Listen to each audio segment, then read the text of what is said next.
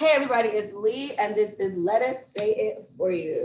Big Mike in the house again. And this is our 2-year anniversary episode. We're recording it again. I have to keep saying that. I gotta keep saying that. We're recording it again because you guys mean a lot to us. We wasn't gonna let this go. We could not re-record it. But guess what? Things happen. And you got to make sure you keep your promises and you keep being consistent. Another thing that we're going to be talking about today. Probably not. I was going to just... I was going to talk about it. Because of that, I was going to just go with it. But yeah, so this is our 2-year anniversary, and it is also Juneteenth. So happy Juneteenth to everyone, because this is when this will be released. It's really tomorrow. We're just doing this the day before. So I'll have it posted for tomorrow. So it'll be Juneteenth. It'll be our 2-year anniversary, and this is just a delight. You know, I can't even believe it's been 2 friggin' years already. That's conundrum. And then the news is it's a national holiday now. Juneteenth is a national holiday. Some people have gotten today off. Obviously, it's still in the works, so next year will be a definite. My brother made a post, and he was like, "Hey, who got Juneteenth off?" Because when I put it in, I think they have a group email. I think when he emailed his boss, blah, blah, blah, it actually says on their website that they're off. It's like closed for the holiday. But he's in the office, so he's like, can someone explain why it says it's closed, but we're at work? Oh, that must be, it's an error, blah, blah, blah, blah. Sorry for the inconvenience for anybody, whatever. So they're supposed to be closed, but some people, some employers, some companies are adhering to it this year, which is pretty cool. Yeah, my job, they sent out an email yesterday at like 5:00, and they were like, "Hey, y'all off," or whatever. But it's a little last minute. Maybe you didn't plan for it. So then what they're doing is they're giving us, if we didn't take today off because we had to work, because I was working this morning, then they were like, you can take like July 2nd off, because we have July 5th off in reference of July 4th, which is, you know, the white people's independence.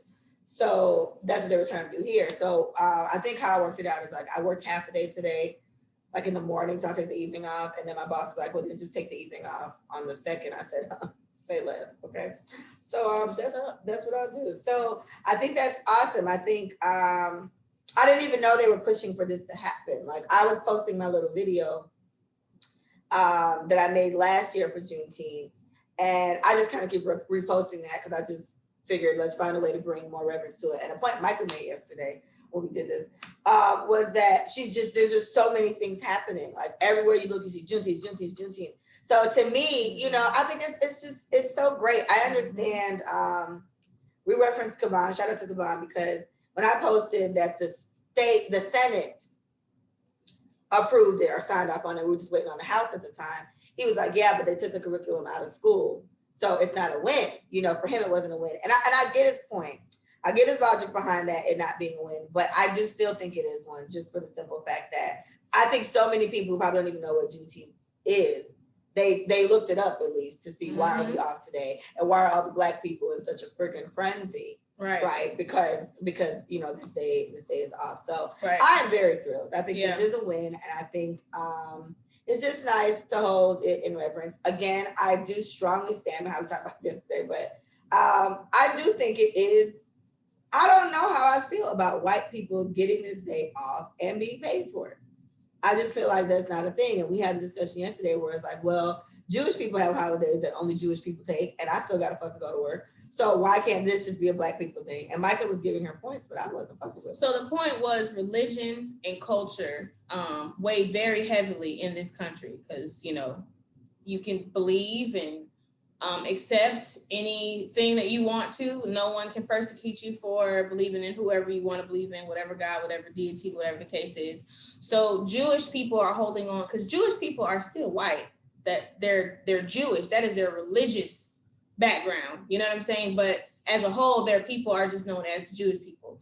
So because it is culturally and religiously tied, you can't tell a Jewish person on their days, and they have many, that they have to go to work. This is religiously tied. So I was saying, like, Juneteenth is not religiously tied. It is a historical it's a historical event that happened that hasn't gotten reverence. But I was like, well, if that's the case, then the day that the slaves were freed, that should be a paid holiday for Blacks only. You know what I'm saying? So like, I agree that it should be that, but I get why it probably isn't, and it probably won't be.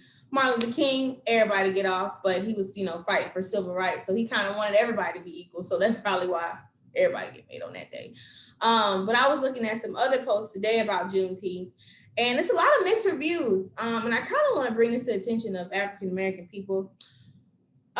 It was like this stepping stair, and at the bottom it had voting rights, and then it had civil rights, and then it had Jim Crow laws abolishment, and then it had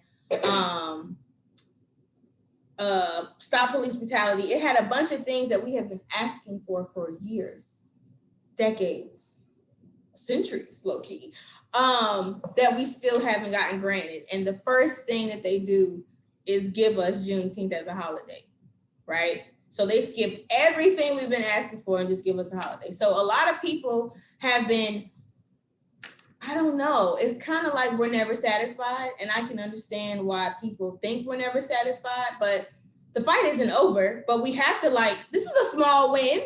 It's small, but it's a win. It's a recognized holiday. And I don't think it's nationally. Small. I don't think it's small. It's small on the grand, yes. On the grand scheme of things, yes, it's just recognizing that all slaves, including the ones in Galveston, Texas, are freed today. I mean, every single last slave in America was freed that day, June 19th, that year. You know what I'm saying? So I totally understand why people are just like, it's not enough, and I will not take this lying down. Like, I get it. But at the same time, I would say 3 years ago, when I think people were making a fuss about it being a national holiday, it kind of took 3 years for them to go ahead and okay this, but not a lot of everybody knew about Juneteenth. Even a lot of Black people did not recognize Juneteenth. And I was asking people and talking to people, yeah, I'm gonna try to get together with my friends and do a cookout, blah, blah, blah. And even if I didn't get with them, I still celebrated in some way. Me and my mom went to some, they had it at Dillard High School, some memorial thing where they kind of sat around and talked about what the slaves did when they were actually told they were free, like the mixed emotions, all that other stuff. And people be like, what is Juneteenth? What is that? So it's like, low key, y'all didn't even know this shit was a thing. You know what I'm saying? So for it to be a national holiday, that's a big deal. And yes, they skipped all these other things. And the Emmett Till, they've been asking since he died, this is the Emmett Till lynching law that was not passed and still has not been passed. That obviously it's like an obvious, why don't you just pass this shit? Like, that just makes sense. But we have a lot of problems in America, being African American, Jamaican American, just Caribbean in general. We have a lot of problems that they have to pay up for. And so the way that they're going about it, I don't know. I just feel like they're just picking. I don't know. I think you got to give it to Joe. Like Joe, people don't fuck with Joe all the way for real. Like, yeah, Joe Biden's better than Trump, but and for many people, it's one and the same. So Joe gets he gets titled as like what's that word? What's that word when you do shit for clout? No, not clout. There's a it's slipping my mind. It's right on the tip of my tongue. Just what politicians do, to appease the people, to appease the Blacks, to whatever. Right. He's always been accused of doing stuff like that. Hillary was very good for it with her hot sauce in her purse and all this other shit. So they put a lot on him. He made a lot of promises that he needs to come through. Like, from my understanding, I think he's already given up on this whole this shit he's supposed to be doing with your loans, with student loans. I think he's already kind of vetoed that shit out the way. So that's depressing. But, I think he's finding little ways to appease the Blacks. And I think if you're smart enough, you still take a win as a win, and you take that for what it is, but you still, like whoever said, I'm not going to take this line down. You still push, whatever we were pushing for. This seems to, I don't want to say it moved through fast, but to know that the Senate signed it. I didn't even know this was happening. So when I kept posting it all week, and I think I saw that on like Wednesday. excuse me, and I was like, oh, well, this is lit. And then it's like, he sounded, I said, oh shit. And it's actually a holiday. So, people who get really wrapped up in, you know, this isn't nothing or whatever, I can't lie, like I can't deal with the negativity. I'm not about to, I can't. I'm happy that this is the case. And what my friend Sasha said to me when I made the video last year, Sasha was like, it's hard to get Jamaicans to give a fuck about this. Juneteenth has nothing to do with Jamaicans. Jamaicans are from Jamaica. They didn't have a Juneteenth day there. This wasn't that type of thing. It's more considered like a Black American thing. Yes. But at the same time, we live here, right? We're Black, and I was born in America. I just grew up in Jamaica, and I, raised by a very Jamaican lady. So I think this is still something that we should hold in high regard, because it's a big deal. So I know I say I don't have. Again, last year when Juneteenth came around, I had COVID. Like, I made the video before and got sick as fuck right before the episode. And so June 19th, I was in my bed, balled up. Yesterday, tomorrow, this time last year, I was sick. So I wasn't able to celebrate. I had to stay away from my kid. And then this year now, she's not even here. She's with her dad. So I'm going to call her tomorrow. I'm going to make a big deal out of it. And I'm going to tell him to try to do something festive for her. So she understands this is a big deal. We're proud of this day. And yeah. I mean, that's it, man. Find something to do. Find something to do. Even if you take shots in the house, when celebratory shots, and say something nice about each other. Like, do something in reverence of those last slaves who got the news hella fucking late. Yeah. Can you just imagine that? Imagine that. And slaves got the news. It wasn't like they didn't know what was going on. They knew other slaves were free, but that was like, oh, that'll never happen for us, because their slave masters was not giving a fuck about the law. So when you think about the levity of those people and what they were going through and what they could have felt like, freedom is so close, but it's so far. You know what I'm saying? So it is a really big deal. It's not oh my God, do we have to keep reliving the past and all this shit? Y'all ain't letting nobody heal from it. Because ain't nobody talking about it for real. To say that with come on, like the mixed feelings with that, because you got to think about it too. It's kind of like people who've been in prison for 50 years or whatever the case is. When they come out, they're so institutionalized and they're so comfortable with the setup that they had. You throw them out and like now, okay, you ain't in prison no more. You're not a slave anymore. Yeah. We don't tell you what to do. There's like a shell shock type of thing about that. I can only imagine. Mm-hmm. And that's why I compare it so much to being in prison, because it is the same fucking thing. You got to be told when to do, when to piss, when to shit, when to go, when whatever. Mm-hmm. And now you have all this freedom that you've kind of never had before. Yeah. And that shit is still probably like crazy. Some states slaves, a lot of states. Some states slaves. They're like, nah. I don't know what to do. Yeah, I'm finna just go back and live the rest of my life like this, because I don't know what else to do. Yeah. So make a big deal out of it. That's terrible. Have a good time. And a point we were stressing yesterday, and I thought that was a good point, was just Micah was home. Micah used to homeschool. She's a homeschool teacher, and so she was saying that with like slavery and all these things for her kids' lessons, it was like 2 pages. It was only 2 pages, mm-hmm. which is obviously not comparable to the years and years and years our people went through shit like this. And so the point I brought up was in Jamaica. I grew up in Jamaica around that time when I was learning about it, and Jamaica talked about it more. Jamaica talked about how theirs were, and the Arawak Indians and all the shit, when they dropped Africans off here. This is like, I'm like a descendant from all that type of shit. When you think about it like that, my grandfather is Indian, and those are the Indians that were there, and then my grandma is Black as fuck. And so it's just a mix of that, and you get a whole bunch of meat. You know what I'm saying? So I learned more about what Jamaica went through with their slavery time than I did here when I got back here. And what I was saying is most of the shit I know about Black people and what we went through with slavery and all that shit is since I've been an adult. It wasn't from what I learned in school. And a lot of people get very woke in college. Mine wasn't even in college. Mine was more so like adult. Like I've always been aware to an extent, because we talked about how our parents made us watch Roots and Amistad at a very, very young age. So we were fully aware about slavery and things like that. But I think that the most that I know about it, the more fucked up things I know about it, I found these things out in adulthood. Yeah. And it's really unfortunate. The point I was making was, it's the shame of it all. I think that's what white people got to kind of understand. You dodging away from, you putting 2 pages about 400 years of something. is mind-blowing, because it just shows the shame that you have in it. If this was a time, you like what white people who get accused of racism or whatever always make a point to say, I didn't own slaves, I didn't do this was years before me. So I think the ones that are now in control of what we teach our kids and what people understand, make a point to talk about what the fuck happened. Opportunity. This is your opportunity to own up to your shameful fucking past, right? Since whatever, and talk about how it took place and what happened. You know, we made this place. Right? America didn't just come on its own. It was made on the backs of Black people that didn't get shit for it. So I think when you make a conscious decision to leave out all that information and somehow condense it to 2 fucking pages. Like what did you say they summed it up when they talked about the Confederate with the Civil War? So if the South felt so strongly about slavery not being wrong and it just being a way of life, right? This is how the Civil War started. They were like, why are y'all trying to come in here and mess up our finances and the way that we eat, the way that we raise our kids and all this? This is the way that we've been surviving. How dare you, North?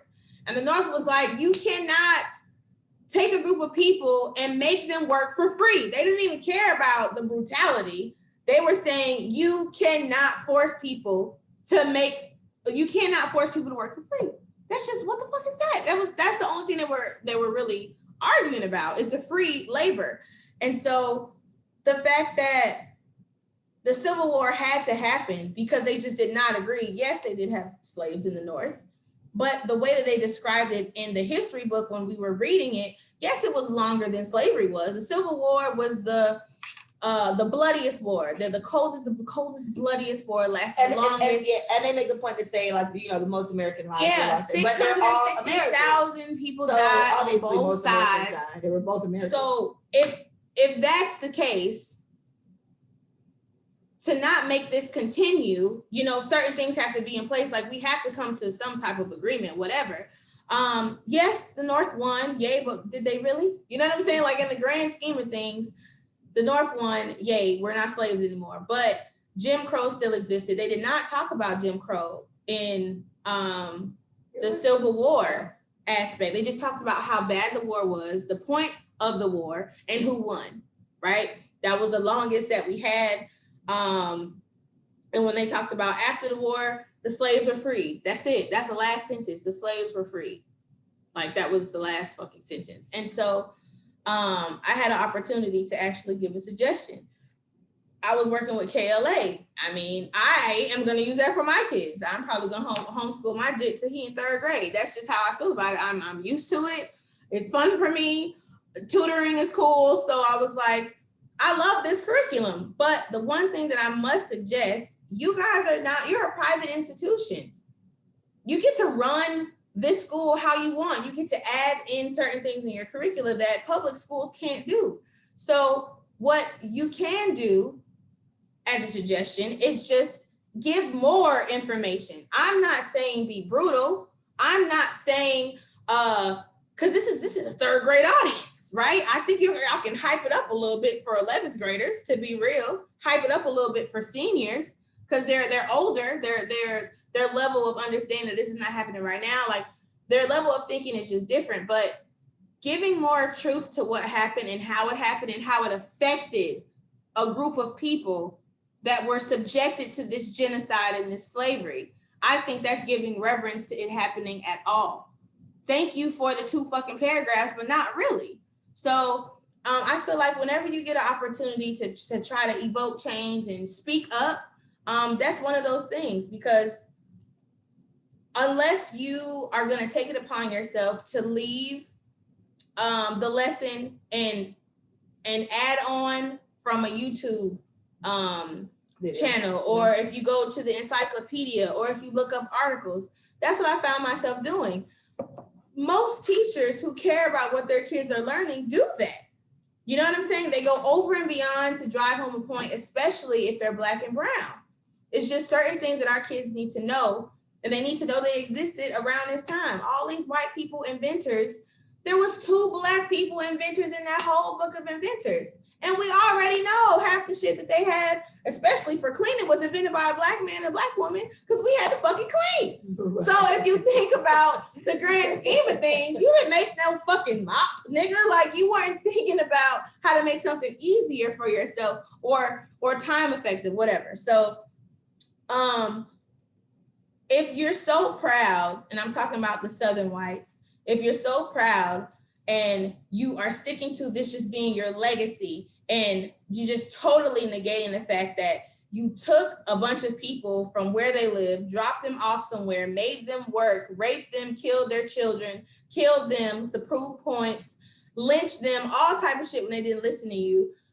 I mean, damn, that could have even been a paragraph. All of that shit could have been a paragraph. Yeah. You know what I'm saying? So at the end of the day, I just feel like the shame, obviously, it's a shame. But if you were so proud, and like I was saying, Keisha was raised in the North. She was raised in West Virginia. They actually separated Virginia because Virginia was on that slave shit.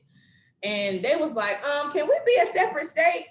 Is there a way that we can cut this shit off? And it was like, you know what, fuck it. Y'all don't want no part of the slaves? We don't. And then they just made their own state. So West Virginia is very separate from Virginia. But because the North is so much more liberal and their practices weren't as crass and brutal with the slaves, they still had slaves. Niggas was still working for free. You know what I'm saying? So she knew about Juneteenth. She knew about lynching. She knew about most things that people from the South didn't learn in school. That was something we stressed. You know what I'm saying? Slavery is taught much different. It's taught much different in the North than it is from down South. And we are down South. That's Georgia. That's North Carolina, South Carolina, Texas. Oh Lord, Texas. Oh Lord.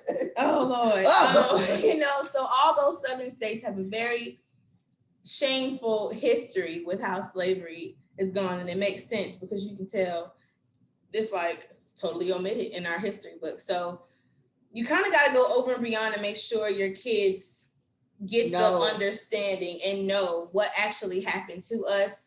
And it's not for us to teach hate.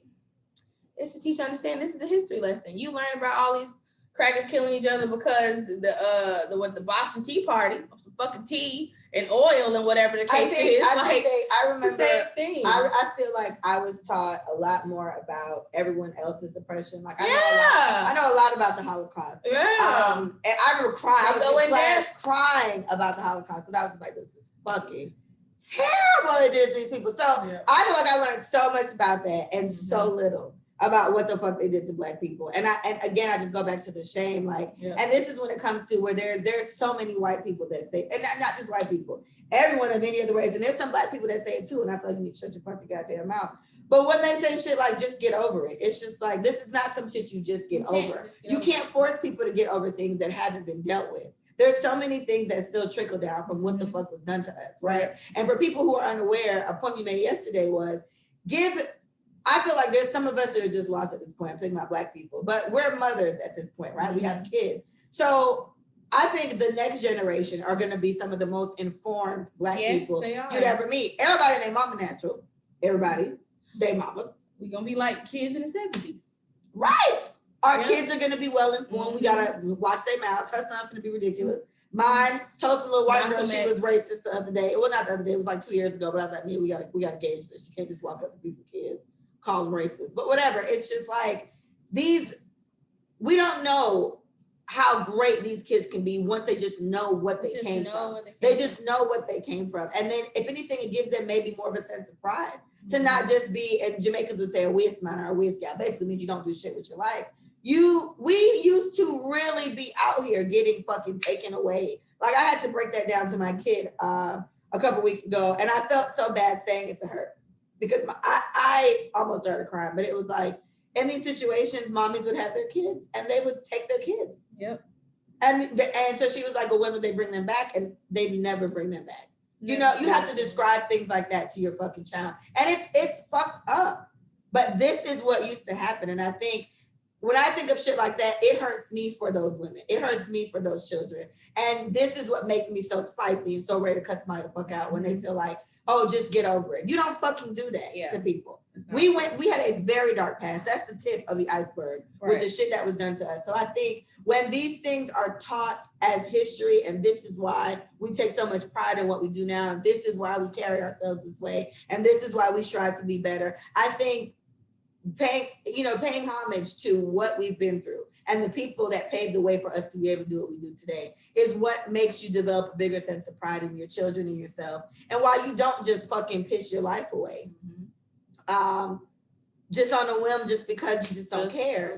We've been through a lot. We've been through a lot as Black people. And I think it's just something that I take the Juneteenth thing as a big deal. I didn't know much about it. I've heard it before, didn't know what it was. I didn't become really familiar with it till at least about 3 years ago, I'd say, but I didn't know really what it was either. And so I just think it's something that you got to make sure your kids know, man, because you give them all the tools they have to be better versions of themselves. You know what I mean? I think your kids should be a better version of you. And so this is the place we put them in. So just knowing that this day is off, that we have this day now as a national holiday. I think it's great. And the kids aren't in school during this time, so it's not a time that they can get off from school. That's what I was thinking about. We gotta find something else. We should get paid. At least y'all get paid. At least we get paid. To sit. And I still don't feel like white people should get paid for that day. That is fucked up. They get it off and they get paid. It's just because of what the day was for. We were slaves. We used to work for free. I don't know. There's something in that. There's something to that. Yeah, it's something to that. We gotta figure that out. But another thing, while our American history can be very heavy, I think it'll be a cool thing to do African ancestry with your family. I think it'll be a very cool thing to, after you talk about all the fucking heavy shit that happened in America, that you go to the Ottoman Turks, one of the greatest empires, and they were the Aboriginal Moors. Black men running shit, trading shit. Like, they were the people to go to. So our history does not start. Our American history starts off real fucking crazy, but we existed before that. You know what I'm saying? So I think finding a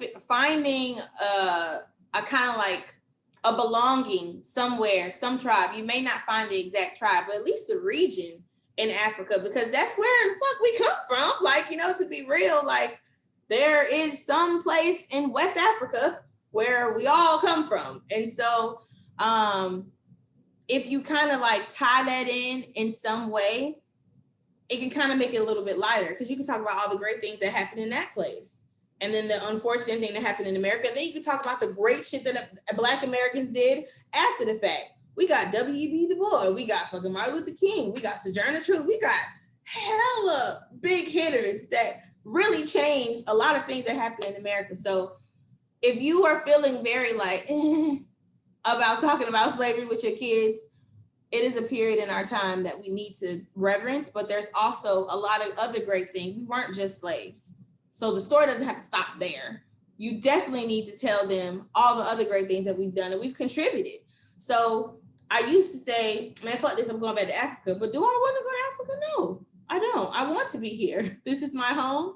This is where all my family is. This is where we don't get a lot of respect, but it could be worse. You know what I'm saying? So I don't want to totally just F America. I want nothing to do with it, because obviously there's opportunities here that's not elsewhere. But we belong here just as much as they do. They were fucking immigrants as well. So if you really want to go there, everybody that's American came from somewhere else. They built America from all these different types of people. So find some pride in that, because I have a very hard time saying I'm American, because I hate it.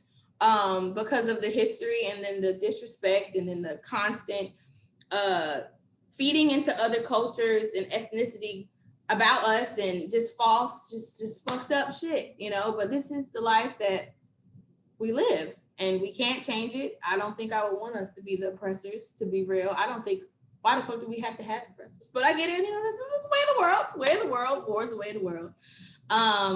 But if it's getting heavy, I think you should make it a little light. And we also talked about gauging your child. If your child is squeamish about very sensitive things, if they're very emotionally attached to whatever stories or how you talk to them, whatever, gauge your child.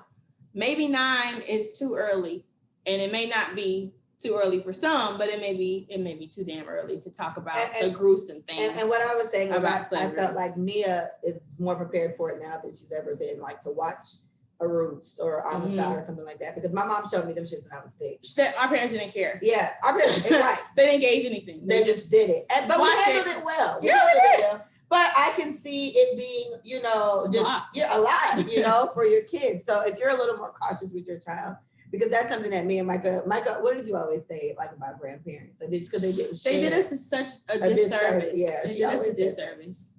By not telling us. They made us weak. They made us sensitive to the truth. Yeah. They made us totally disregard and kind of desensitized us in a sense, because that's how it used to be. Yeah, like that's not like, real. And you almost don't realize like that's you're harming me. You're like, harming me. And I don't want to dwell on this, but I have to bring this point up. They still lynching niggas. Do y'all understand that? Like that's a thing for every fucking reason. Did the North really win? It's still happening. Like today, now. Yeah.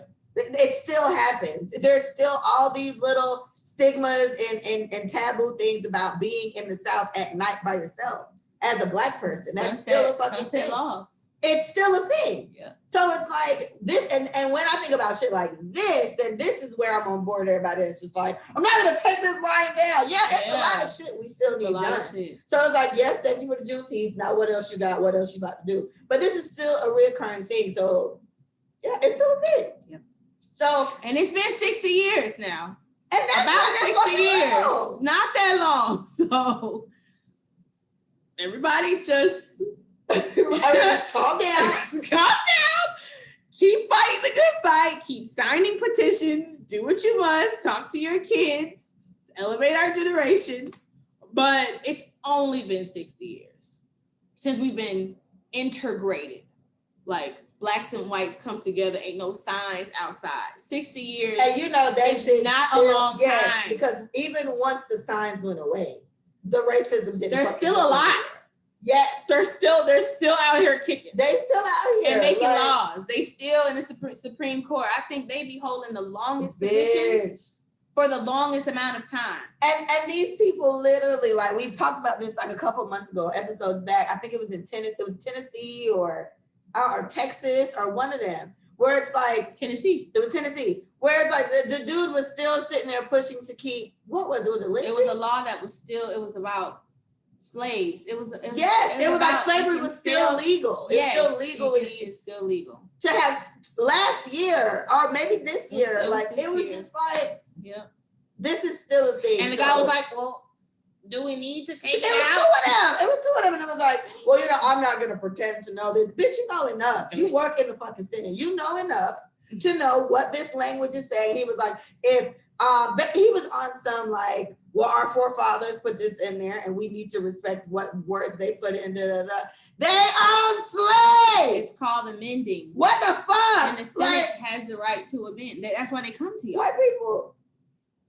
I don't get it. Make it make sense. He got slaves. Got to. That's what it is. Anyway. His house, his plantation.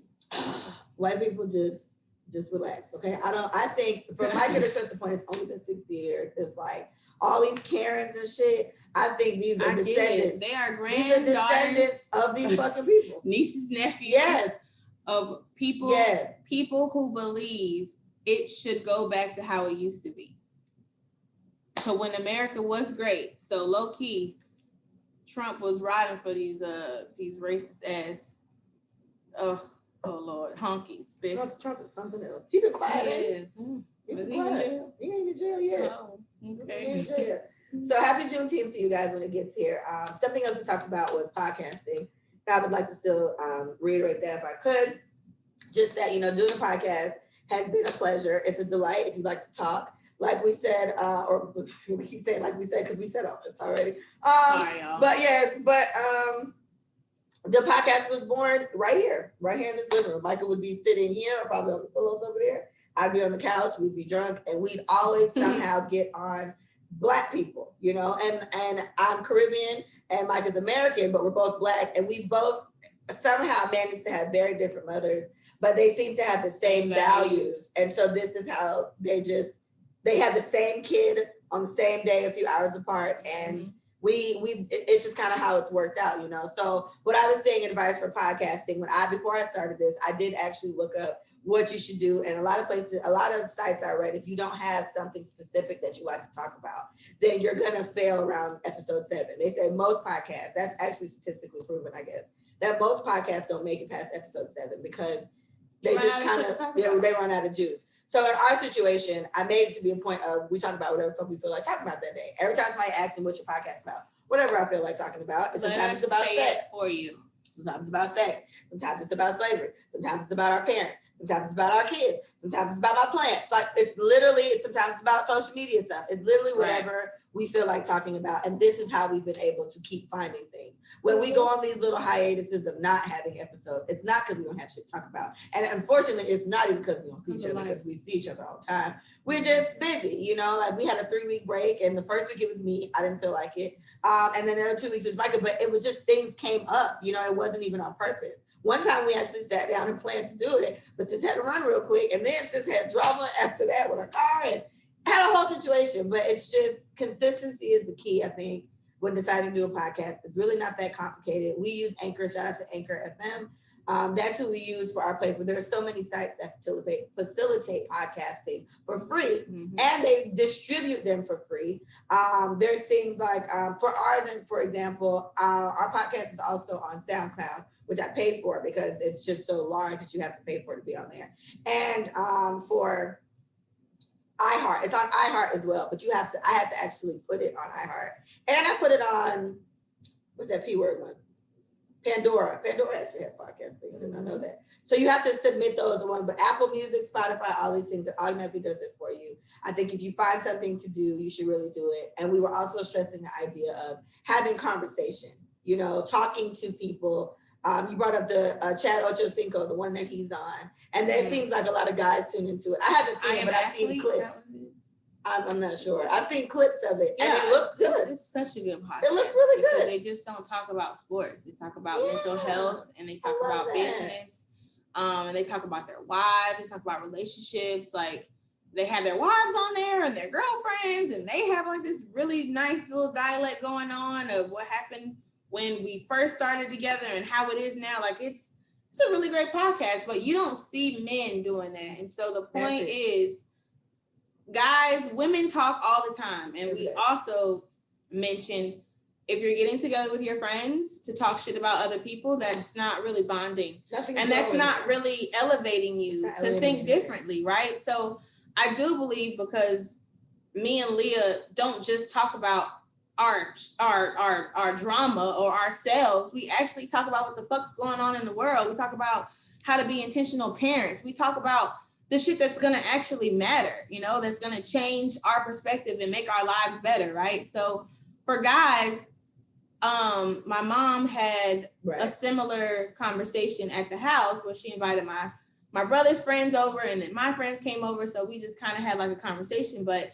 one of the questions was, you know, guys, are y'all really talking to each other? And I think y'all do sit around, y'all do hang out, y'all do want to be up under each other, because that's what it is. I asked a few guys that. After that, I asked a few guys, y'all talk about y'all feelings? And a lot of them said, you know, I really don't call you when I'm going through some shit. They don't. They don't. Said he talks to his one friend. There's one friend in particular that he'll call, but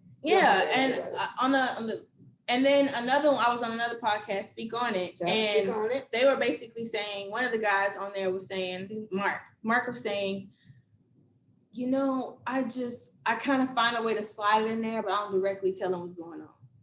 So it's not a, hey, today my girl X, Y, and Z. It's just like, yeah, man, you know, today just been real, blah, blah, blah. You know, it's everything kind of just running into each other. So he kind of talking in circles, you know what I'm saying? Like he's not directly talking about his problem, because for whatever reason, you know, they're not trained to do that. But I feel like podcasts can evoke conversation, and it can change the way that you think about a lot of things and the way that you operate in the world. Like shit, like you may gain new habits. Somebody hit me up and was like, I heard what Leah did in a situation, so I tried it. It worked for me. Like that's the point of this shit. You know what I'm saying? Not just to sit around and listen to people talk. What are you getting from it? So I'm really hoping, as much as women are engaging with us and talking to us, Gibson does that a lot. engaging with us and following up. And following up with us about what's going on and with their life and how the episode, oh my God, I really need this week, blah, blah, blah, because X, Y, and Z. That's the point of all of this. You know what I'm saying? So guys, you know, I really feel like enrich your conversations with a little bit more, because I didn't see y'all group chats. Weak.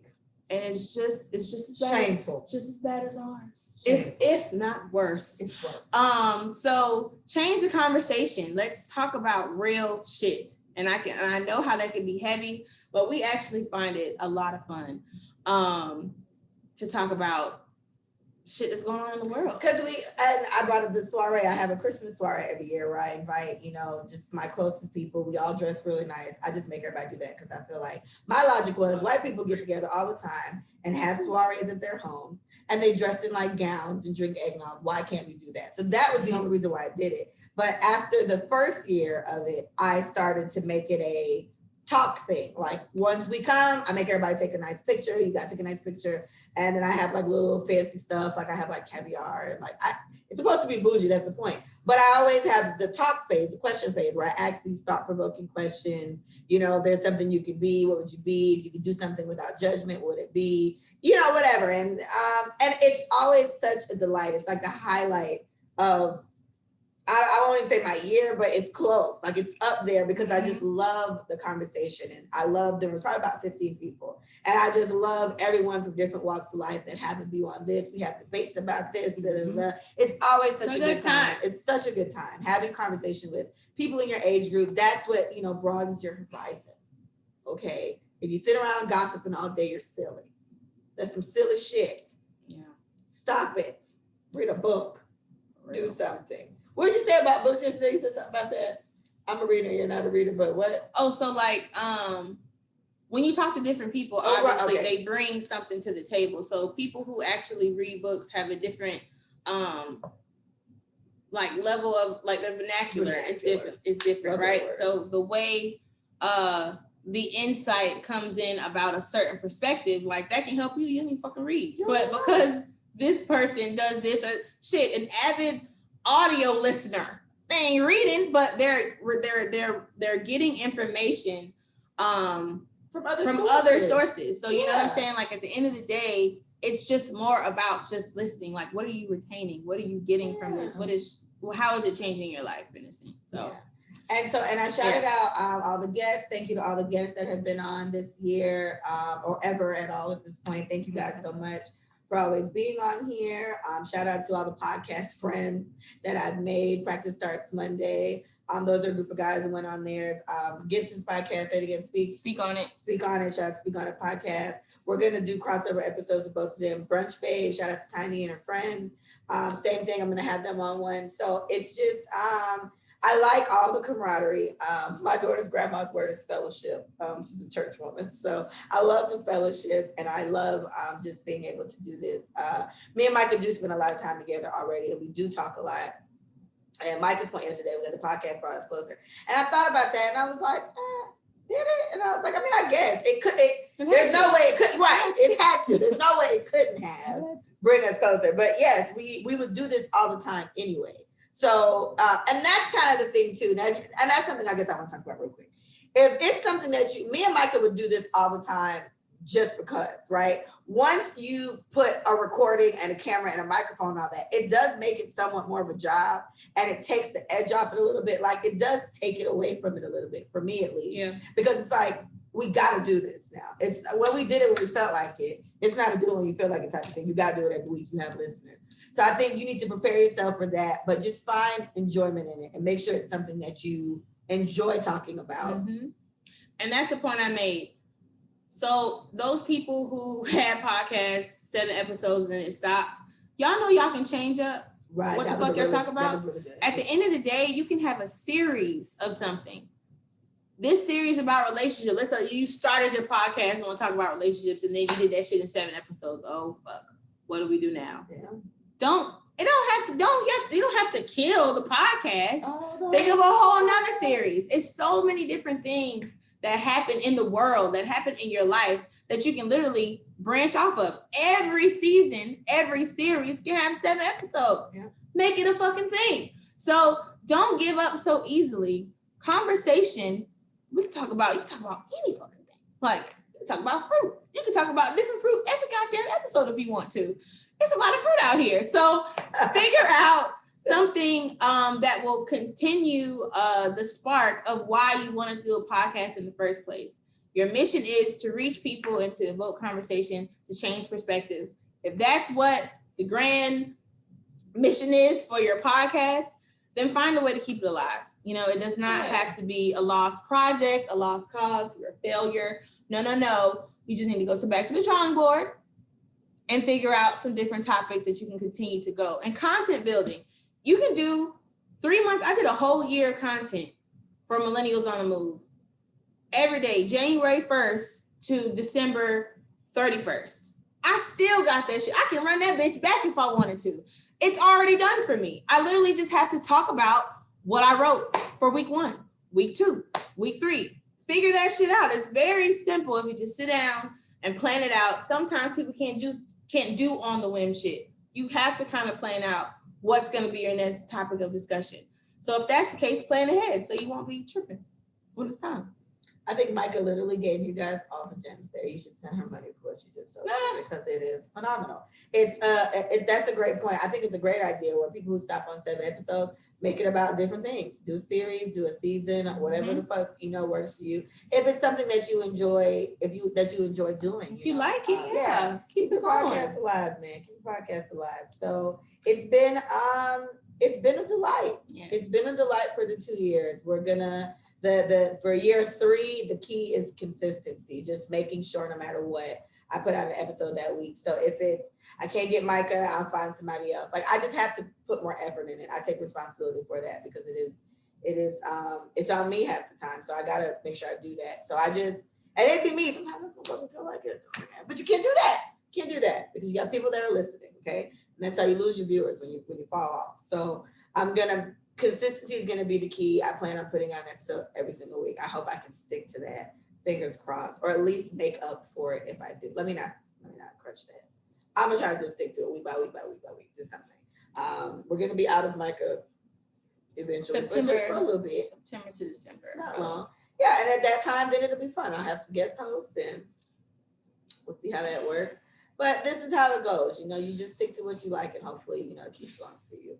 And the only thing I think we talked about with there was has completely nothing to do with it, but it just happened. It was the Trina versus Eve thing. So we obviously agreed. We felt like Trina won, but we live in Miami, so it's like Trina won. Trina ripped that shit. And I think people up north probably felt like Eve won. And it makes sense. It's a region. That was a region versus. Yeah, which makes sense. That was. But to me, I think that's what made that one so good because both of them are, top tier in their own right. Like, and what I said, I'll reiterate that. What I said yesterday was just that I really like that this happened for Trina because the more we've gotten to know Trina more recently, like in her couple little scandals in the media, we don't like. Yeah, we don't care for the shit Trina got to say, but we cannot take away from the fact that Trina is the baddest. Yeah, she the baddest. Like, she looked phenomenal. Both of them, first of all, looked very fucking good. Eve and Trina looked amazing. But for Trina to come out and do her hits like that, and I even had she to knew all the words too. Yeah, proud of her. And for me to not so much, but and I had to accept that, like, I'm really a Floridian. Every time the song came out, I was like, man, I know this shit. I was in it, and I never claimed Florida. I was not born here, but I have lived here most of my life, so I gotta rep Florida. But Trina did such a good job, and I like that she got her flowers, so to speak, in this situation. So they, put a little more respect on Trina's name. Like, Trina's a shit. Yeah, Trina's a shit. And I remember seeing Young Miami, because she hates when we call her Carisha. But Young Miami wrote in the thing that she was like, yes, Bean. And that's what I think Wayne used to call Trina. He used to call Trina Bean, Trina Bean or something like that. So Carisha them came in there and they give her such respect because, again, they grew up listening to her. So all this shit City Girls talking about, Trina was on some other shit. She was talking about letting niggas eat away, period. I had a chance to be a virgin again. I'd be fucking by the time I'm 10. Trina was out here. Wow. Out here. So I think it was a good look for Trina. Eve is already, Eve now. She's married to a billionaire. She doesn't rap. Lifestyle no yeah, this isn't her life. she's like a host on some TV show and shit like that. Eve is gone somewhere else. She's transitioned into another field, but Trina is still a rapper. And I like how, and her new song that came out, I'm not gonna lie, I liked it. I thought Trina was in there rapping or whatever. So shout out to Trina. I like when she dropped her Mulatto song because it's kind of just around bitches like, bitch, I'm still on current shit. You know what I mean? So shout out to Trina and shout out to Eve. I loved how nice they were to each other. Like I didn't realize they were friends, but they're like beautiful. Yeah, they were like seeing each other's stuff and dancing to each other's stuff and smiling at each other. It was so sweet. It was very sweet, and they were like, I love you too, girl. So to me, I like that because you don't you get wrapped up in like City Girls or Cardi and Nicki beefing or Remy or whatever. And we do let, the Eves and the Trinas and shit, even the Shaunas. I used to love Shauna. They used to be ludicrous. I don't know what happened to Shauna, but Shauna used to be rapping. I don't know where Shauna went. But even in those situations, we forget that these women, still paved the way. I knew a lot. If there was 20 songs, I knew at least 17. That was our era. Of Eves. Yeah, I knew Eve's songs and I knew all the Trinas. So, I was just like, shout out to the two of them. I thought that was great verses. And then we talked about Soulja Boy and Bow Wow. That's going to be... They're clowns, so I think it's going to be comical. Yeah. I think it's going to be a good time. It's going to be funny. Because Soulja Boy is a lot. And put respect on his name because he going to snap. He snapped on Charlamagne the other day about him not really being from Atlanta. Charlamagne, I feel like he personally didn't know that he was from Atlanta. I don't think he was trying to take a shot at Soulja Boy. So they was talking about, I didn't know Soulja Boy's from Atlanta. I mean, we didn't know that. I didn't know. But they were talking about Mount Rushmore if they were to put one in Atlanta. Oh, because did you see the one? Did you see what was up?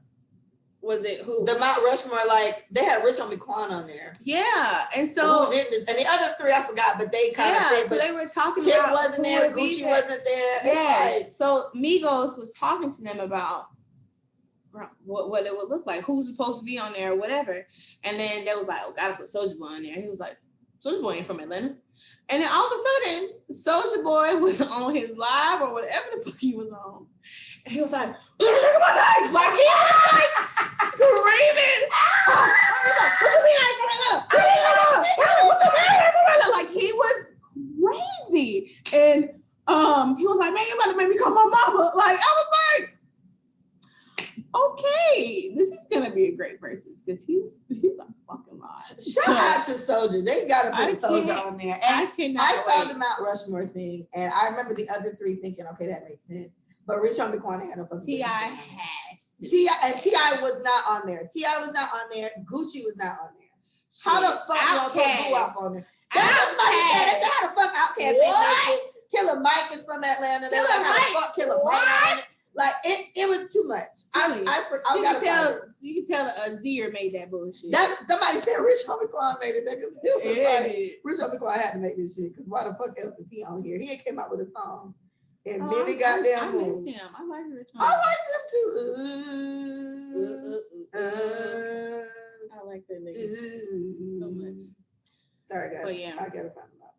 Now you done got me hyped. I can't fucking believe it took that man off there. And in the comments, they were just lighting him up. I did not know Soulja Boy was from Atlanta. I'm trying to figure out where I thought he was from though. He's from the West. Where did I think he was from? He was snapping. I didn't know. Charlamagne said I thought he was from the internet. I thought he was from the internet.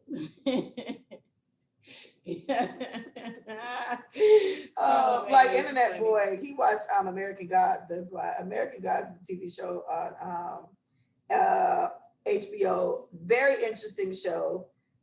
It does trail off to being weird a little bit, but it is about it's called American Gods. So it's about gods. The internet is like one of America's gods, if you will. Look, Soulja Boy knocked Logan Paul out. I run across him. He was like, he started that. He made that nigga famous. He the first one to knock that nigga out. I think he said, or some shit like that. Damn, I can't find it. So no. Funny. So funny. Look at this. Look, it's a Mount Rushmore. What is this? Queens of Shade. They got Wendy on here, Tiffany and Nene. Who is shady? Who could fit in that? Queens of Shade. You know, Mariah Carey could fit in there. Mariah Carey is very fucking shady. She is. Mariah Carey is very shady. I feel like Tamar. She's a lot. She's a lot. I mean, she's shady, but she's petty. Yeah. Mariah Carey is shady because she like just like very obvious celebrities. This bitch is just say she don't know who that is. Fuck. Okay. Oh, this is a different one. End of discussion. Rap Caviar. They got Drake, Kendrick, Nicki, and Cole. Mm-hmm. I mean, okay. But then there'd be arguments about Jay-Z, and my personal fave is Wayne. So it's like how you don't have them in there. Now these two did come from Wayne, and Jay-Z did quote unquote discover J. Cole or whatever, sign him. But that's not true. All right, well, I found 2 other Mount Rushmores, but that particular one, Rich Homie Quan, had no fucking business being on it, I'll tell you that much. And I think it's comical that they put him on there, and I agree that he probably made it. I don't know what happened to him. He said he was blackballed after leaving. Wow, Usher really got this lady pregnant again? I love Usher, y'all. Make those look more pregnant in that picture. All right. I forgot, I can't find it. But Rich Homie Quan was on it, and yes, there was hypocrisy. I think it's crazy. I think this Soulja Boy and Val one's gonna be hilarious. Can't wait for it. Bree's gonna love it. Bree loves both those men very much. So I'm gonna be with her. We're gonna watch it and sing all their songs. It's gonna be a fantastic time. Again, thank you guys so much for the 2 years. It has been a pleasure. It has been an absolute delight. We will continue to be consistent. We will begin to be consistent. We will continue to say it for you. We will continue to do everything that we deliver. And hopefully you guys keep interacting with us. Thank you to everybody who asked me to do the Freaky Friday stuff. Today is Friday, so I could probably do some questions when I get off of here. Thank you everybody who interacts on the Instagram page, and everyone who, there's random people that just kind of write stuff on the YouTube channels.